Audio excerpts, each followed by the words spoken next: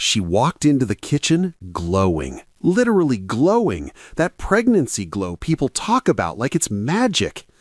"Honey," she said, setting her purse down with a smile I hadn't seen in months, "we need to talk."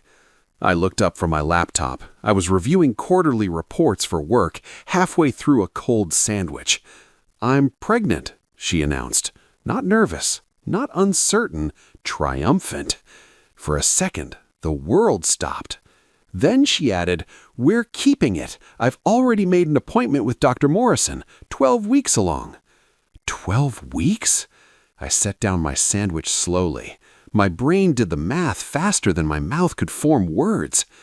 12 weeks ago, I was in Singapore for 3 weeks on a project I couldn't postpone. Before that, I'd been in Frankfurt for 2 weeks. I hadn't been home, really home, in the same bed, in the same time zone, for almost 4 months. I looked at my wife, at her smile, at her hand resting on her still flat stomach like she was already protecting something precious. And I said the only thing that made sense. "Congratulations! When did we last sleep together?" Her smile froze. The kitchen went silent, except for the hum of the refrigerator and the slow, terrible cracking sound of a marriage breaking in real time. What kind of question is that?" she whispered. I pulled out my phone, opened my calendar, scrolled back. Singapore, 3 weeks. Frankfurt before that, 2 weeks. Before that, Tokyo, another 2 weeks. I looked up. "So I'll ask again. When exactly did we last sleep together?" Her face went from glowing to pale in the span of a heartbeat. You think I'm lying?" "I think," I said calmly, "that biology doesn't lie, and neither does my travel schedule." She opened her mouth, closed it, opened it again, and that's when I knew. If you want to know what I found in her phone that night and how a paternity test destroyed more than just a marriage, hit subscribe, because what came next made her family wish they'd never called me a liar. My name is Nathan Cross. I'm 39 years old, and I'm a senior project manager for an international engineering firm based in Boston. My job takes me all over the world: Singapore, Frankfurt, Tokyo, Dubai, Sao Paulo. Wherever there's a major infrastructure project that needs oversight, I'm on a plane. I'm gone more than I'm home. That's the deal. That's what pays for the house in Newton, the cars, the life my wife wanted. My wife, soon-to-be ex-wife, is Claire. She's 36, works in marketing for a boutique firm in Cambridge. Remote work, flexible hours, the kind of job that looks impressive on paper but doesn't actually require her to show up anywhere. We've been married for 8 years. For the first 5, it was good. We traveled together when we could. We talked every night when I was away. We made it work. Then something shifted. The calls got shorter. The texts got colder. The "I miss you" turned into "When are you coming home?" which turned into "You're never here." I tried. I really did. I took fewer projects. I negotiated for shorter trips.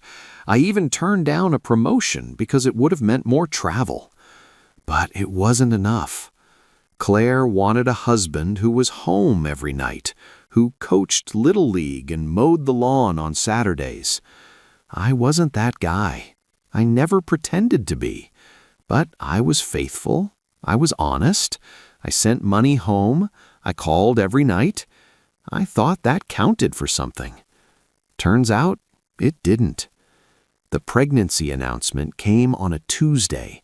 I'd just gotten back from Singapore the night before, jet-lagged, exhausted, barely coherent. I slept for 12 hours straight, woke up disoriented, and stumbled downstairs to find Claire making breakfast. That should have been my first clue. Claire doesn't make breakfast. She was humming, wearing a sundress, hair done. "Good morning," she said brightly, too brightly. "Morning," I mumbled, reaching for coffee. "How was Singapore?" Hot, exhausting, the usual. She set a plate in front of me. Eggs, toast, bacon. The works. I stared at it. What's the occasion? Can't I make my husband breakfast? You can, you just don't. She laughed, nervous. Well, maybe I'm turning over a new leaf. I ate in silence, watching her move around the kitchen with an energy I hadn't seen in years. Then she sat down across from me. Nathan, we need to talk. Those 5 words, every married man's nightmare. I set down my fork. Okay. She took a breath, smiled. I'm pregnant. The world tilted. You're what? Pregnant. 12 weeks. I took 3 tests. I saw Dr. Morrison yesterday. It's real. I stared at her. 12 weeks. Yes. My brain started calculating. 12 weeks. That's 3 months. I'd been in Singapore for the last 3 weeks. Before that, Frankfurt for 2. Before that, Tokyo. I hadn't been home, really home, for more than a few scattered days in 4 months. When... I started, then stopped. Claire's smile wavered. When what? When did we... I couldn't finish the sentence. Her face changed. Are you seriously asking me that? Claire, I've been traveling non-stop. I'm just trying to understand the timeline. The timeline? Her voice rose. Nathan, I'm telling you we're having a baby, and you're asking about timelines? I'm asking when we conceived. I don't know. Does it matter? Yeah, I said quietly. It does. She stood up, chair scraping against the tile. I can't believe you right now. Claire, she was shouting now, I come to you with the best news of our lives, and you interrogate me like I'm a suspect. I'm not interrogating you. I'm asking a simple question. It's not simple. It's insulting. I stood up too, kept my voice level. Claire, I've been out of the country for 4 months. I need to know when this happened. She stared at me. You were home in February. For 3 days, and we didn't...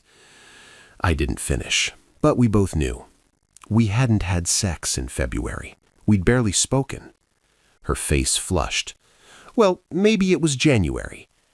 I was in Dubai in January. Then December. Frankfurt. She slammed her hand on the counter. I don't remember every single time we... That's the problem, I interrupted. There haven't been that many times to remember. Silence. She looked at me with something between fury and fear. What are you saying? I'm saying the math doesn't add up. So you think I cheated? I think, I said carefully, that I need an explanation that makes sense. She grabbed her purse. I don't have to explain anything to you. Actually, you do. No, I don't. She headed for the door. I'm pregnant, you're the father, end of story. Claire, the door slammed.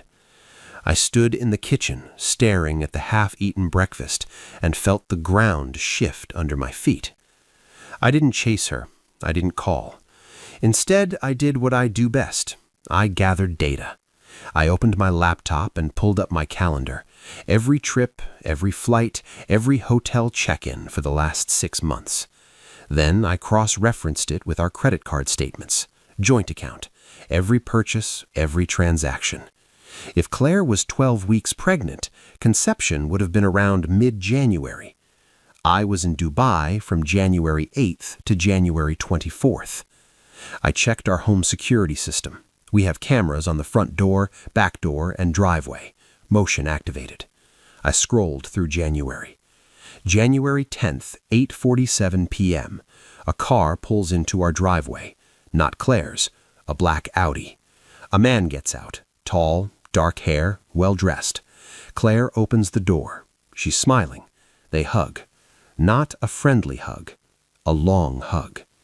They go inside. The camera doesn't show what happens inside, but it shows when he leaves. January 11th, 6:23 a.m.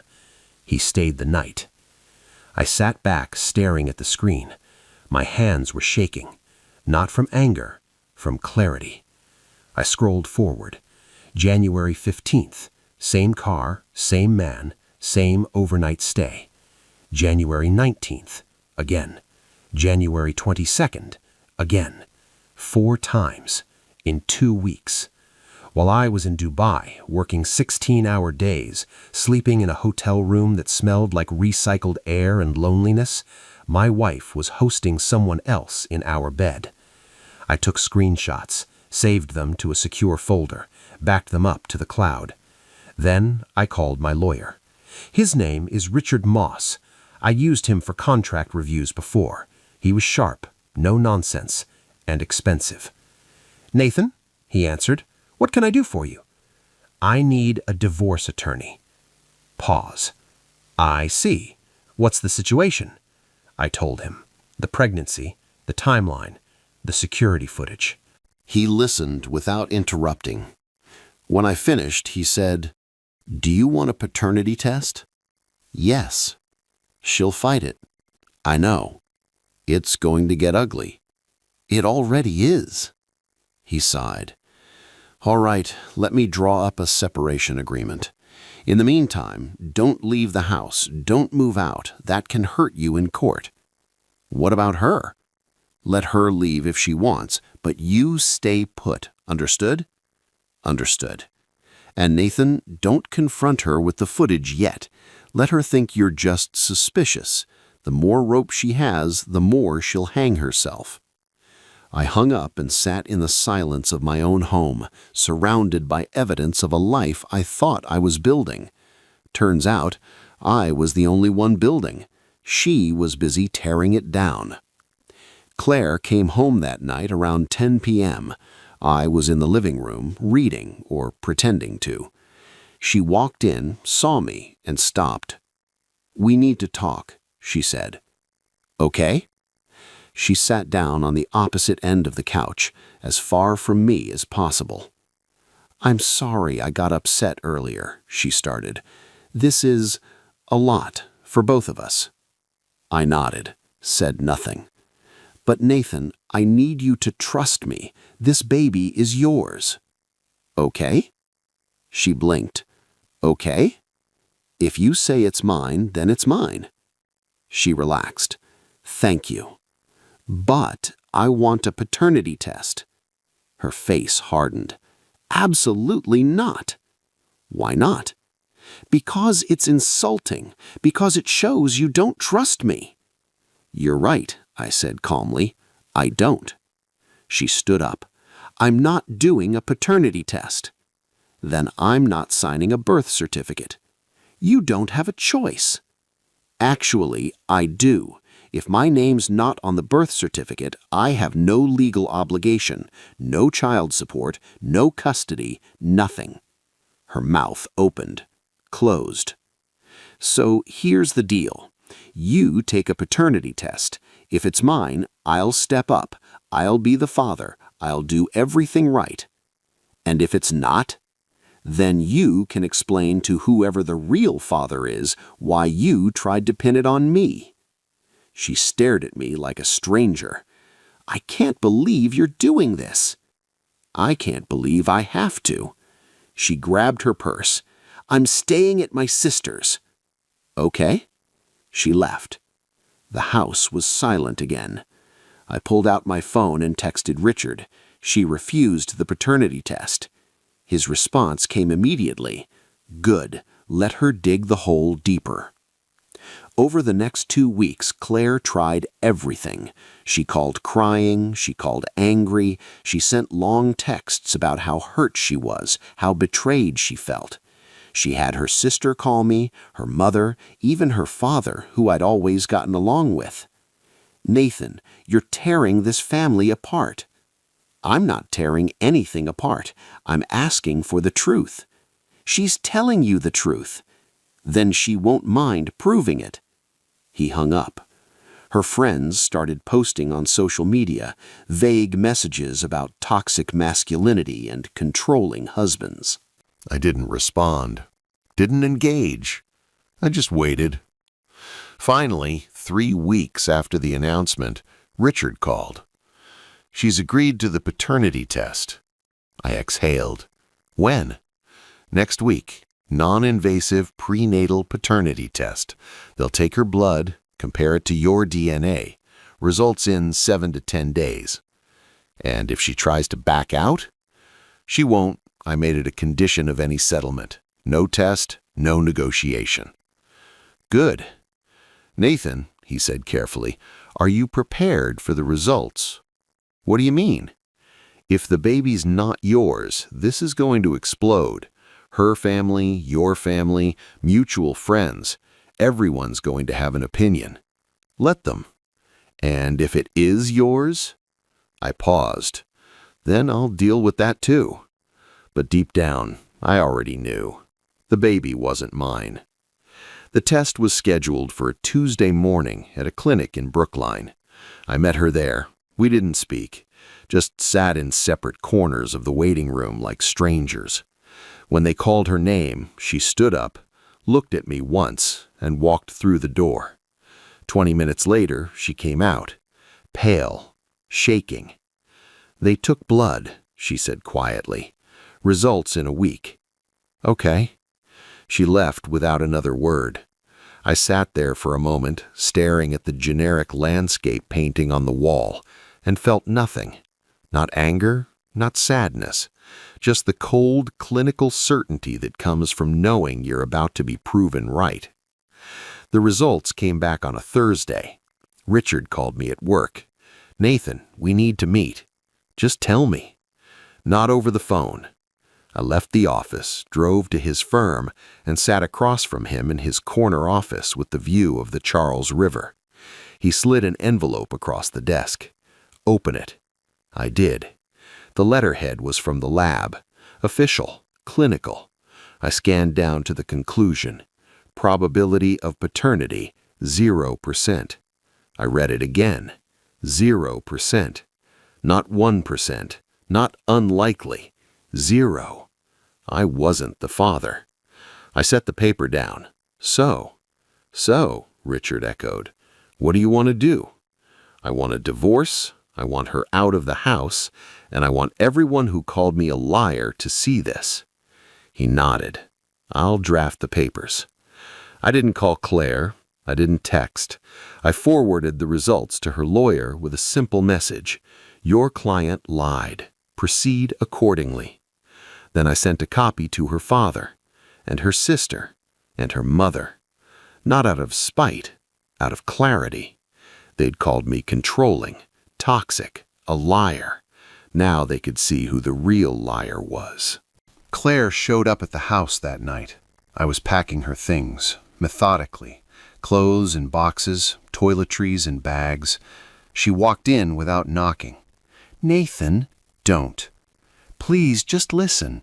No, I kept packing. You lied. You tried to pass off another man's baby as mine. You made me the villain when I asked for the truth. I didn't mean you meant every word. I looked at her. You knew that baby wasn't mine. You knew it from the start. Her face crumpled. I was scared. Of what? Of losing everything. You didn't lose everything, Claire. You threw it away.